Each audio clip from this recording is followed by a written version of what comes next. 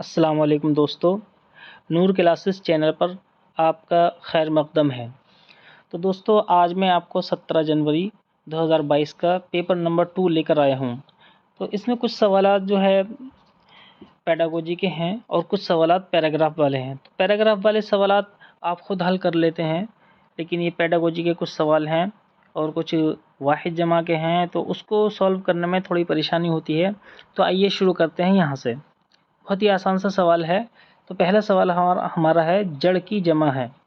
آپ کو میں بتاتا چلوں کہ اگر آپ کو میری اسپیڈ تھوڑی کم لگے تو آپ یوٹیوب پر جا کر اسپیڈ کو بڑھا سکتے ہیں۔ تو چلیے شروع کرتے ہیں کہ جڑ کی جمع ہے۔ جڑ کی جمع کیا ہو سکتی ہے؟ تو آپشن نمبر 1 ہے جڑوں، دوسرا ہے جڑیات، تیسرا ہے اجڑ اور چوتھا ہے جوڑ۔ تو جڑ کی جمع جوڑ تو ہو نہیں سکتا۔ اجڑ یہ آپ نے کبھی سنا ہی نہیں ہوگا، جڑ کی جمع اجڑ ہے۔ اور تیسرا جڑیات، تو جڑیات بھی جڑ کی جمع نہیں ہے۔ تو رہا آپشن نمبر 1 یعنی جڑوں۔ تو جڑ کی جمع کیا آتا ہے؟ جڑوں، یعنی جو پیڑ کی جڑ ہوتی ہے اس کی جمع کیا آتا ہے؟ جڑوں۔ تو آپشن نمبر 1 اس کا درست آنسر ہے، اور یہی سی ٹیٹ یعنی CBSE نے بھی اس کو چوز کیا ہے، اس کو ہی مانا ہے کہ جڑ کی جمع جڑوں ہے۔ چلیے اب دوسرے سوال کی طرف آتے ہیں۔ دوسرا سوال پیڈاگوجی کا ہے ہمارا۔ سوال ہے اسکولی تعلیم میں کثیر لسانیت سے کیا مراد ہے؟ کثیر لسانیت کیا ہے؟ کثیر لسانیت ہے یعنی بہت ساری زبانیں۔ بہت ساری زبانیں کس طرح سے طالب علم سیکھتا ہے؟ تو بہت ساری زبانیں طالب علم کیسے سیکھتا ہے؟ تو اس کے کئی طریقے بتائے گئے ہیں کہ اسکولی تعلیم میں کثیر لسانیت سے کیا مراد ہے۔ تو آپشن نمبر اس کا 1 ہے کہ بہت سی زبانوں کی آموزش۔ اگر اسکول میں بہت ساری زبانوں کی آموزش کی جائے گی تو کیا اسکولی تعلیم میں کثیر لسانیت سے مراد یہی ہے؟ نہیں، کثیر لسانیت سے مراد یہ نہیں ہے کہ بہت سی زبانوں کی آموزش ہو۔ وہ اس لیے کیونکہ اسکول میں ایک زبان پڑھائی جاتی ہے یا 2 زبان پڑھائی جاتی ہیں۔ آپ نے دیکھا ہوگا کہ کسی بھی اسکول میں جو ہے، کسی بھی اسکول میں ہندی پڑھائی جاتی ہے یا پھر انگلش پڑھائی جاتی ہے۔ ہندی میڈیم ہے تو وہاں پر ہندی پڑھایا جائے گا، اس کے علاوہ آپ آپشن کے طور پر انگلش لے سکتے ہو، اردو لے سکتے ہو۔ تو 1 یا 2 زبان پڑھائی جاتی ہیں، تو اس کو کثیر نہیں بول سکتے۔ کثیر کا مطلب ہوتا ہے بہت ساری، یعنی 4، 5، 10، 20، یہ کثیر لسانیت ہو گیا۔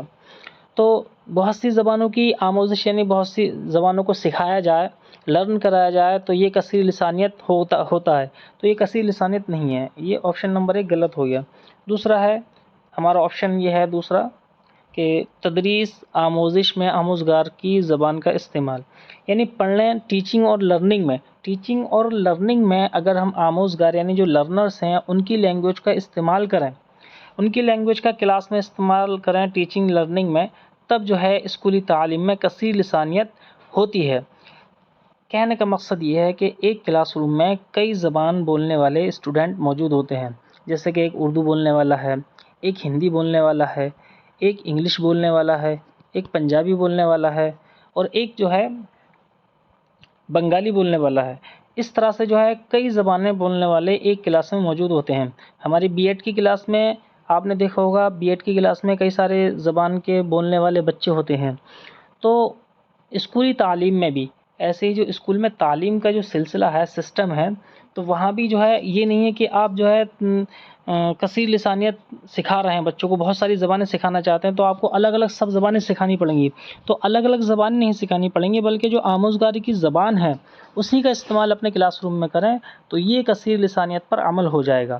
تو یہ آپشن نمبر 2 اس کا بالکل درست آنسر ہے کہ آموزگاروں کی زبان کو کلاس میں زیادہ استعمال کیا جائے۔ خود آموزگار ایک دوسرے کی زبان کو سیکھتے ہیں، جب طلبہ ایک دوسرے کی زبان کو آپس میں بولیں گے کلاس روم میں تو وہ دوسروں کی زبان کو سیکھیں گے، اور پھر معلم کلاس میں سبھی طلبہ کی جو مختلف زبان بولنے والے اسٹوڈنٹ ہیں ان کی زبان کو بولے گا تو سبھی کثیر لسانیت سیکھ جائیں گے۔ تو یہ آپشن نمبر 2 اس کا بالکل درست آنسر ہے، تو یہ صحیح کر لیجیے۔ اور CBSE نے بھی اسی کو صحیح آنسر مانا ہے۔ میں آپ کو بتاتا چلوں، یہ جو میں آنسر آپ کو بتا رہا ہوں یہ CBSE کی آنسر کی سے میں نے اس کو میچ کیا ہے۔ اب آئیے چلتے ہیں آپشن نمبر 3 پر۔ تو آپشن نمبر 3 کیا کہتا ہے؟ آپشن نمبر 3 کہتا ہے تعلیمی پالیسی میں زبان۔ تو تعلیمی پالیسی میں زبان، تو اس سے کثیر لسانیت سے مراد یہ نہیں ہے۔ تو کثیر لسانیت کا مطلب ہوتا ہے کہ بچہ زبان کیسے سیکھ رہا ہے۔ تعلیمی پالیسی میں زبان، تو اس کا مطلب یہ ہو گیا کہ تعلیمی پالیسی میں زبان کو کس طرح سے سکھانا ہے، کیا کرنا ہے، اور زبان کو سکھانے کے لیے کیا کرنا چاہیے۔ تو کثیر لسانیت کا اس سے کوئی تعلق نہیں ہے، تو یہ آنسر غلط ہے۔ تیسرا، چوتھا آنسر ہے ہمارا اسکول میں آموزگاروں کی سبھی زبانوں کی تدریس۔ تو آموزگاروں کی سبھی زبانوں کی ٹیچنگ ہم نہیں کرا سکتے۔ ایسا نہیں ہے کہ ایک اسٹوڈنٹ جو ہے ہندی بول رہا ہے تو 30 دن تک جو ہے ہندی سکھائی جائے، پھر 30 دن تک جو ہے بنگالی سکھائی جائے، پھر 30 دن تک جو ہے آسامی سکھائی جائے، تو ایسا ہو نہیں سکتا اسکولی تعلیم میں، یہ بالکل مناسب نہیں ہے۔ ہاں، یہ بالکل صحیح ہے کہ جو آموزگاروں کی زبان ہے اس کا استعمال کلاس روم میں کیا جائے تو بچے زیادہ سے زیادہ کثیر لسانیت کو سمجھیں گے، اور یہی کثیر لسانیت سے مراد ہے جو ہمارا سوال ہے کہ اسکول میں، اسکولی تعلیم میں کثیر لسانیت سے کیا مراد ہے، یعنی بچے زیادہ زبان کیسے سیکھتے ہیں۔ تو زیادہ زبان جبھی سیکھیں گے جب ٹیچنگ اور لرننگ یعنی آپشن نمبر 2 میں جو دیا گیا ہے اس میں آموزگار یعنی جو لرنرز ہیں ان کی زبان کا استعمال کیا جائے۔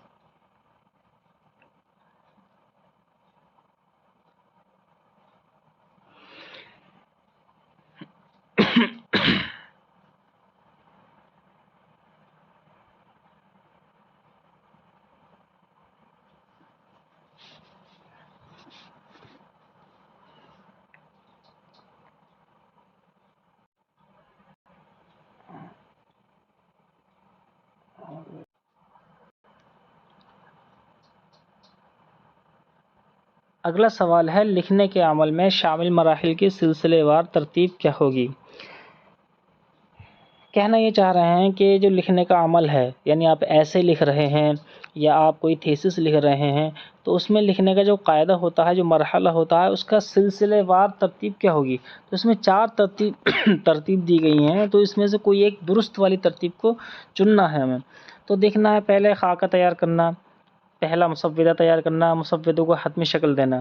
خاکہ تیار کر لیا، ٹھیک ہے، پھر اس کے بعد مسودہ تیار کر لیا، ٹھیک ہے، پھر اس کو مسودے کو حتمی شکل دے دی، ٹھیک ہے، لیکن آپ نے یہاں پر کوئی غلطی کی ہے تو اس کو چیک کیسے کریں گے؟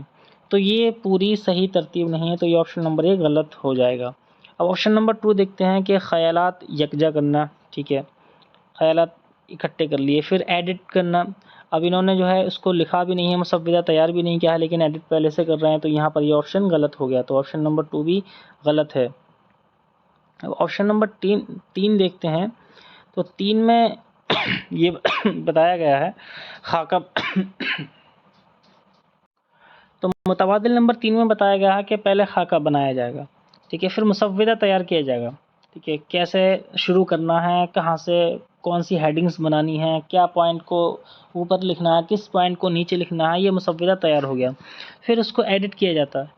ایڈٹ کرنے کا مطلب یہ ہے کہ ہم نے خاکہ بنایا اپنے ذہن میں، ٹھیک ہے، پھر اس کے بعد جو ہے مسودہ تیار کیا تھا، تو مسودہ تیار کرنے میں جو ہے کچھ غلطیاں، کچھ کمیاں، کچھ خامیاں ہو جاتی ہیں، تو پھر اس کو ایڈٹ کیا جاتا ہے۔ تو ایڈٹ کیا جاتا ہے تو ان کمیوں، ان خامیوں کو دور کر دیا جاتا ہے۔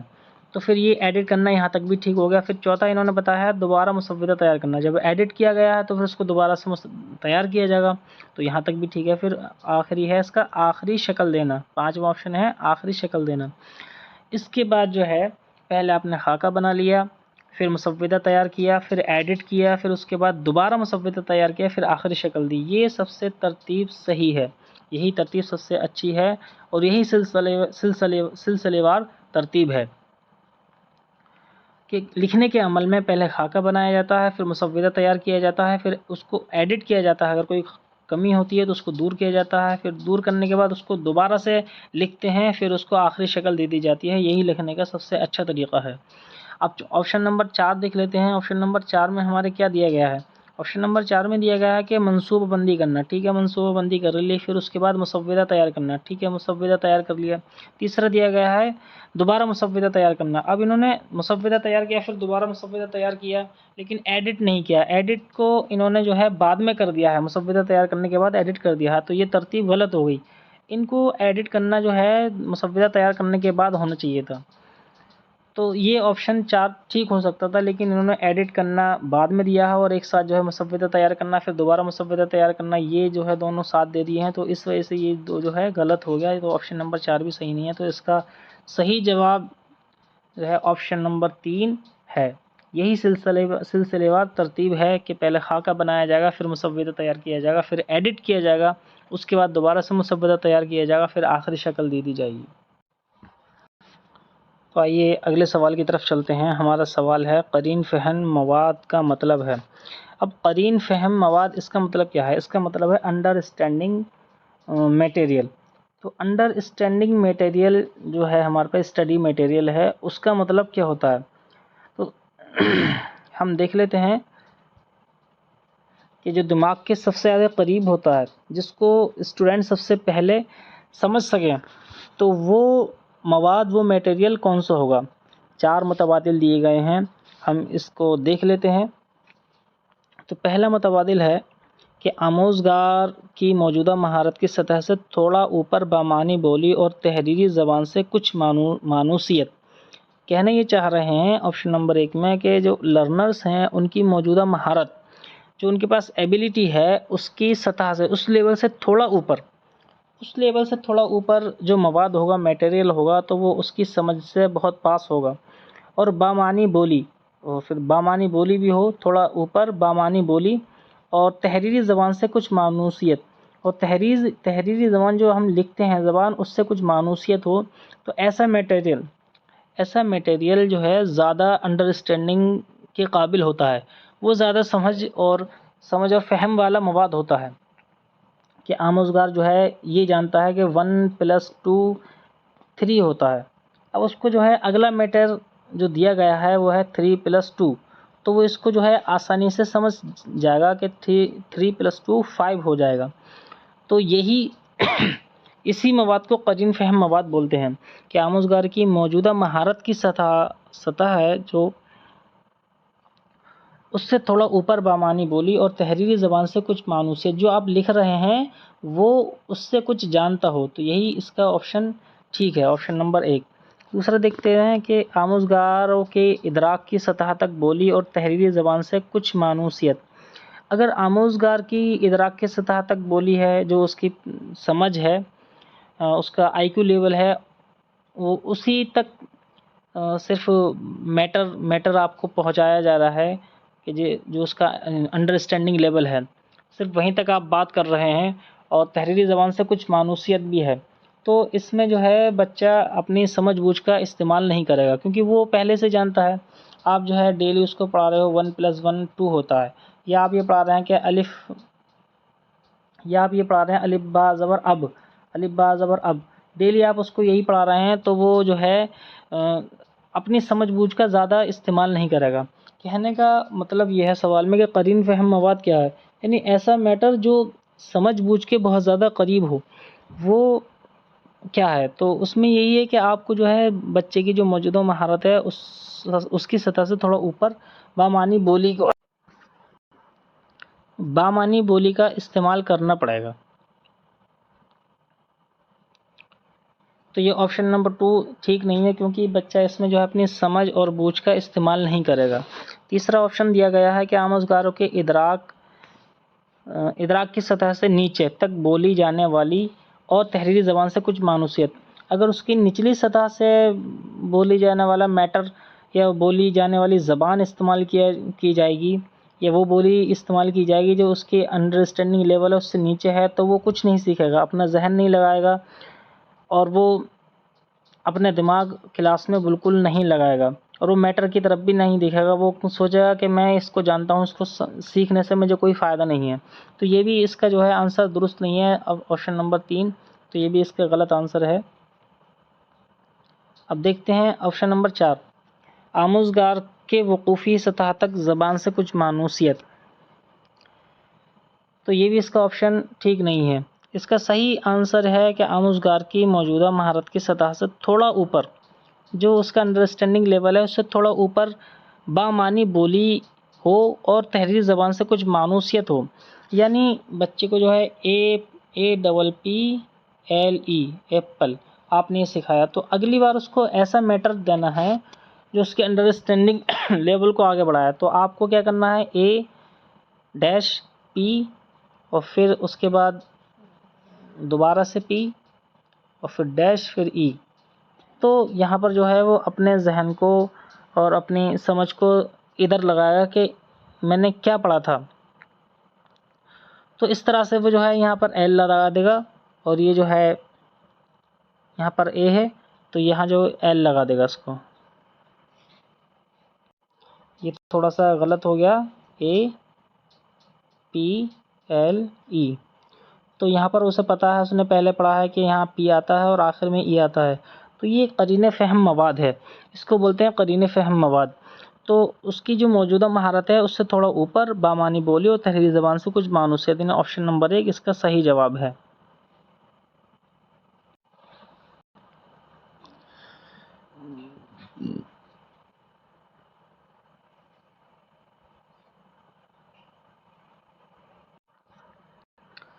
اگلا سوال ہے، چھٹی جماعت کا استاد لفظیات کی تدریس اور بولنے کی سرگرمی کے لیے، لفظیات کی تدریس یعنی ورڈ بولنا سکھانا اس کو، ٹھیک ہے، لفظیات کی تدریس اور بولنے کی سرگرمی کے لیے بحث شروع کرنے کے واسطے بہت سی چیزیں اور مواد لے کر آتا ہے. زبان کی تدریس میں ان مواد کو کیا کہیں گے؟ تو میں نے آپ کو پچھلی اپنی ویڈیو جاری کی تھی، تو اس میں ایک بتایا تھا، ایک لفظ ہوتا ہے ریلیہ. تو زبان کا ریلیہ کیا ہے؟ تو زبان کا ریلیہ یہ ہے کہ ہر زبان کے لیے ایک کچھ کامن آبجیکٹس ہوتے ہیں، جیسے کہ پین ہے، قلم ہے، کاپی ہے، کتاب ہے، جیومیٹری ہے، بستہ ہے، چمچ ہے، بلیک بورڈ ہے، اور گلاس ہے، یا فریز ہے، کولر ہے، کچھ بھی ہے، چھوٹی چھوٹی چیزیں جو بھی ہیں، بڑی بڑی چیزیں جو بھی ہیں، کلاس میں موجود تصویر ہے، تو یہ ریلیہ ہوتا ہے. اب ٹیچر جو ہے چھٹی جماعت کا استاد ہے. چھٹی جماعت کا استاد جو ہے لفظیات سکھانا چاہتا ہے، اور وہ بولنے کی سرگرمی کے لیے بحث شروع کرنے کے واسطے بہت سی چیزیں اور مواد لے کر آتا ہے. تو اپنے ساتھ لے کر آیا وہ چمچ لے کر آیا وہ، ٹھیک ہے، چمچ لے کر آیا، اور اس کے ساتھ ساتھ وہ ایک بوتل لے کر آیا، پھر بوتل لے کر آیا، اور ساتھ میں جو ہے چابی لے کر آیا وہ اپنے، ٹھیک ہے، چابی لے کر آیا. یا اس کے علاوہ اور بھی بہت ساری پین، قلم اور کاپی، کتابیں، یہ ساری چیزیں لے کر آیا. اب وہ سکھاتا ہے، چھٹی جماعت کے طلباء کو سکھاتا ہے. تو یہ جو آبجیکٹس ہیں جو اپنے ساتھ لے کر آیا ہے، تو یہ کھلونے نہیں ہیں.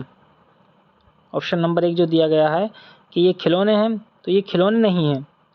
یہ تدریسی اشیاء ہیں، تو یہ تدریسی اشیاء بھی نہیں ہے. تدریسی اشیاء تو بلیک بورڈ ہوتا ہے، یا پھر چارٹ پیپر ہوتا ہے، یا پھر کوئی گلوب وغیرہ ہوتا ہے، تو وہ تدریسی اشیاء ہوتا ہے. یہ تو آبجیکٹس ہیں. یہ آموزشی آلائی کار، تو آموزشی آلائی کار بھی نہیں ہے. آموزشی آلائی کار ہوتے ہیں پینسل، چاک، ڈسٹر وغیرہ، یہ آموزشی آلائی کار ہوتے ہیں. تو یہ زبان کا ریلیہ ہے.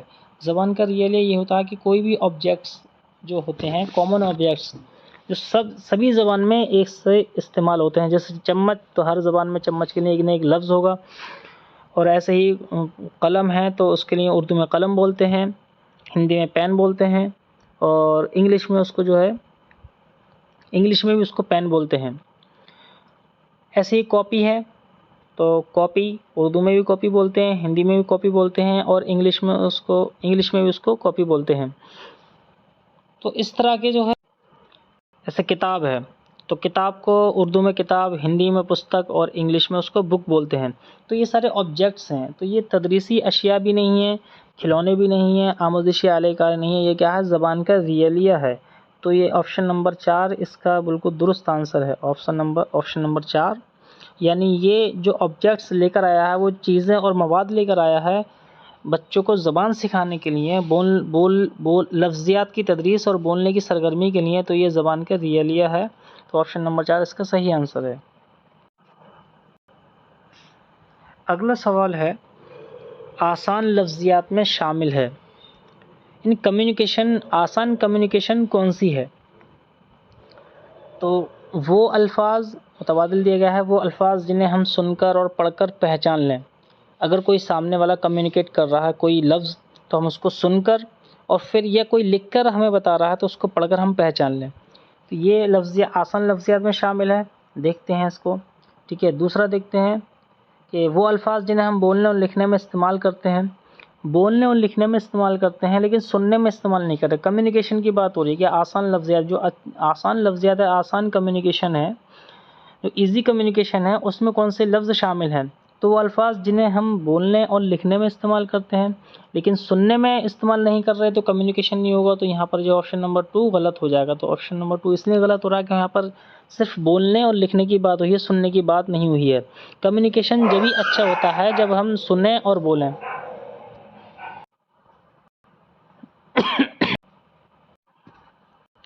اگلا سوال ہے، آموزگار لکھنے کے مختلف مراحل سے گزرتا ہے، لکھنے کے اس انداز نظر کو کیا کہیں گے؟ متبادل دیے گئے ہیں 4: پیداواری انداز نظر، عملیاتی انداز نظر، اقتباس کا املا یا نجی تحریر۔ دیکھیے پیداواری انداز نظر کیا ہے؟ جب بچہ پیدا ہوتا ہے اور 2-3 سال کے بعد وہ اپنے ہاتھ میں قلم لیتا ہے، 4 یا 5 سال کے بعد اسکول جاتا ہے، 6 سال میں تو وہ کیا کرتا ہے؟ سیدھی سیدھی لکیر کھینچتا ہے یا گول گول ایسے بناتا ہے، ایسے بناتا رہتا ہے، یا پھر اس طرح سے لکیریں کھینچتا رہتا ہے۔ تو یہ پیداواری انداز نظر ہے۔ لیکن یہاں بات چل رہی ہے لکھنے کے مختلف مراحل سے گزرتا ہے، تو لکھنے کے مختلف مراحل سے گزرتا ہے تو یہ پیداواری انداز نظر نہیں ہے۔ تو پیداواری انداز نظر کیا ہوگا؟ تو دوسرا آپشن دیکھ لیتے ہیں۔ اس کا دوسرا آپشن کیا ہے کہ عملیاتی انداز نظر۔ عملیاتی انداز نظر کیا ہے کہ پہلے اس کو یہ سکھایا الف با پا، ٹھیک ہے، پھر اس کو جو ہے یہ سکھایا گیا آنا بانا پانا، ٹھیک ہے، پھر اس کے بعد جو ہے اس کو یہ سکھایا گیا کہ تصویر کو جو ہے اس طرح سے بناتے ہیں، یہ پہاڑ بنا دیا، ٹھیک ہے، پھر سورج بنا دیا، اس طرح سے جو ہے سورج بناتے ہیں، ٹھیک ہے۔ یہ لکھنے کے عملیاتی مختلف مراحل ہیں کہ پہلے اس نے الف با سیکھا، پھر اس نے آنا پانا سیکھا، پھر اس نے تصویر بنانا سیکھی۔ تو یہ عملیاتی نظر ہے، یعنی عمل کر رہا ہے، وہ کر کے دیکھ کر کے سیکھ رہا ہے، تو یہ عملیاتی انداز نظر ہیں۔ آپشن نمبر 2 اس کا درست آنسر ہے۔ پہلا اس لیے نہیں ہو سکتا کہ پیداواری انداز نظر تو یہ ہے کہ بس وہ خالی لکیر کھینچنا سیکھتا ہے یا پھر گول گول بنانا سیکھتا ہے یا پھر وہ اس طرح سے لکیریں کھینچنا سیکھتا ہے، اور دوسرے میں یہ ہے کہ وہ عمل کے ذریعے لکھنے کا مختلف مراحل سیکھتا ہے۔ تو یہ عملیاتی انداز نظر اس سوال کا درست آنسر ہے۔ صحیح آنسر اس کا یہ ہے کہ عملیاتی انداز نظر جو ہے لکھنے کے مختلف مراحل ہیں۔ تیسرا آپشن دیکھ لیتے ہیں، اقتباس کا املا۔ تو اقتباس کا املا ہے تو صرف خالی ایک ہی مرحلہ ہے کہ ایک اقتباس ہے، اس کو لکھ دیا، تو مختلف مراحل نہیں ہوئے، تو اس لیے آپشن غلط ہو گیا۔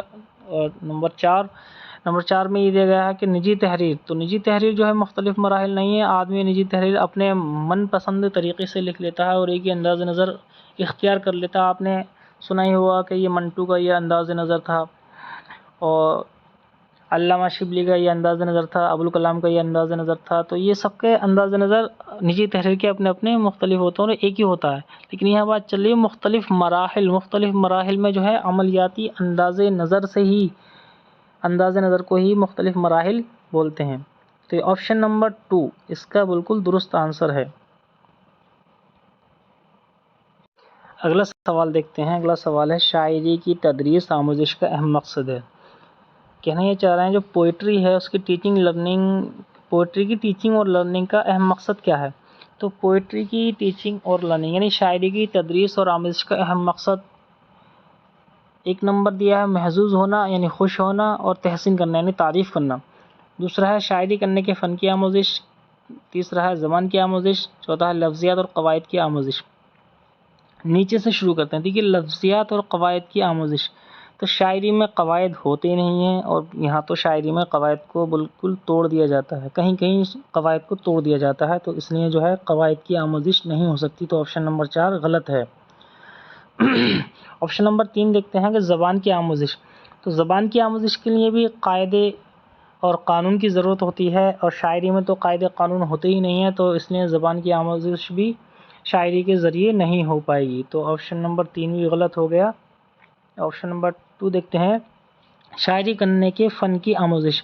تو شاعری کے فن سیکھنے کے لیے آپ کو جو ہے ایک عمل ہوتا ہے، ایک علم ہوتا ہے، علم بیان یا علم کلام۔ تو علم بیان یا علم کلام آپ کو سیکھنا ہوگا، تو اس کے شاعری کی تدریس سے علم بیان یا علم کلام بھی نہیں ہو سکتا. تو شاعری کرنے کی فن کی آموزش یہ بھی نہیں آ سکتی, یعنی آپشن نمبر 2. تو آپشن نمبر 2 بھی اس کا درست نہیں ہے. اب دیکھتے ہیں آپشن نمبر 1. تو متبادل نمبر 1 ہے محظوظ ہونا اور تحسین کرنا. تو 6ٹھی کلاس سے لے کے 8ویں کلاس تک اگر شاعری کی تدریس ہو رہی ہے تو اس کا مقصد ہے کہ طلبہ اس سے خوش ہوں اور اس کی تعریف کریں, یعنی تحسین کریں, جو الفاظ ہیں وہاں پر اس کی تحسین کریں. تو یہ اس کا صحیح آنسر ہے. آپشن نمبر 1 اس کا درست آنسر ہے. اگلا سوال ہے مستند متن ہوتا ہے. مستند متن کیا ہے؟ یعنی اوتھینٹک میٹیریل. اوتھینٹک میٹر کیا ہے؟ اوتھینٹک میٹر درسی کتاب کے مصنف کا تحریر کردہ متن یا بیانیہ. اب درسی کتاب ہے جو آپ کے کلاس کی کتاب ہے, تو اس کے مصنف نے پہلے پیج پر کچھ لکھ دیا ہے, تو کیا اس کو اوتھینٹک میٹیریل بولتے ہیں؟ نہیں, وہ اوتھینٹک میٹیریل نہیں ہے, بلکہ وہ تو مصنف کا اپنا نجی معاملہ ہے, اس نے اپنے بارے میں کچھ لکھا ہے. تو یہ آپشن نمبر 1 نہیں ہو سکتا اس کا آنسر. آپشن نمبر 2 دیکھتے ہیں کہ سیاق سے متن کا اصل حصہ, یعنی جو چیپٹر دیے گئے ہیں, جو کتاب کے اندر جو چیپٹر دیے گئے ہیں, سیاق یعنی جو چیپٹر دیے گئے ہیں, اس سے متن کا جو اصل حصہ ہوتا ہے وہ مستند متن ہوتا ہے.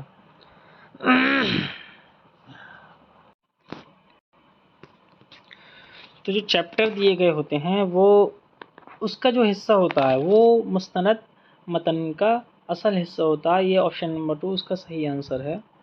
اور دیکھتے ہیں تیسرا, اصل تحریر سے پورے طور سے بدلا ہوا. تو پورے طور سے بدلا ہوا تو مستند تو ہو نہیں سکتا. آپشن نمبر 3 غلط ایسے ہو گیا. آموزگار کا مفوضہ, یعنی جو اسائنمنٹ ہم دیتے ہیں تو وہ اسائنمنٹ جو بنا کے لے کر آتے ہیں اس کو مستند متن بولتے ہیں, تو وہ بھی مستند متن نہیں ہوتا ہے. تو آپشن نمبر 4 یہ بھی غلط ہو گیا. اس سوال کا جو ہے صحیح جواب جو ہے دوسرا ہے کہ سیاق یعنی جو چیپٹر ہیں اس میں جو متن کا اصل حصہ ہے وہی مستند متن ہوتا ہے.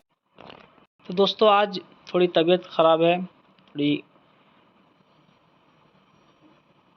تو انشاءاللہ اگلی ویڈیو لے کے میں جلدی ہی آؤں گا, اور آپ کو اچھے طریقے سے میں تیاری کراؤں گا, اور میری پوری کوشش رہے گی کہ آپ جو ہے اس طرح سے پڑھیں کہ آپ کو چاروں آپشن کلیئر ہو جائیں.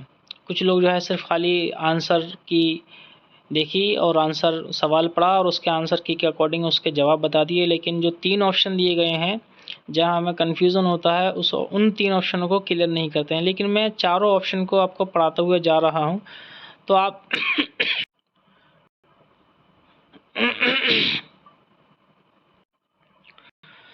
غور سے 4 آپشن کو دیکھیں اور پھر صحیح آنسر خود آپ دیکھ سکتے ہیں کہ صحیح آنسر کون سا ہو سکتا ہے. تو چلیے دوستو ملتے ہیں. آج کچھ زیادہ ہی کھانسی ہو رہی ہے تو اس کے لیے میں آپ سے معذرت چاہتا ہوں. ویڈیو میں بیچ میں کئی جگہ میں نے بیچ میں آپ کو ڈسٹرب کیا ہے, تو اس کے لیے میں معذرت چاہتا ہوں. آپ اپنے میٹر کی طرف دھیان رکھیں. تو دیکھیے, چلو ملتے ہیں اگلے ویڈیو کے ساتھ, اور چینل کو سبسکرائب بھی کر دیں, نور کلاسز. السلام علیکم ورحمۃ اللہ وبرکاتہ.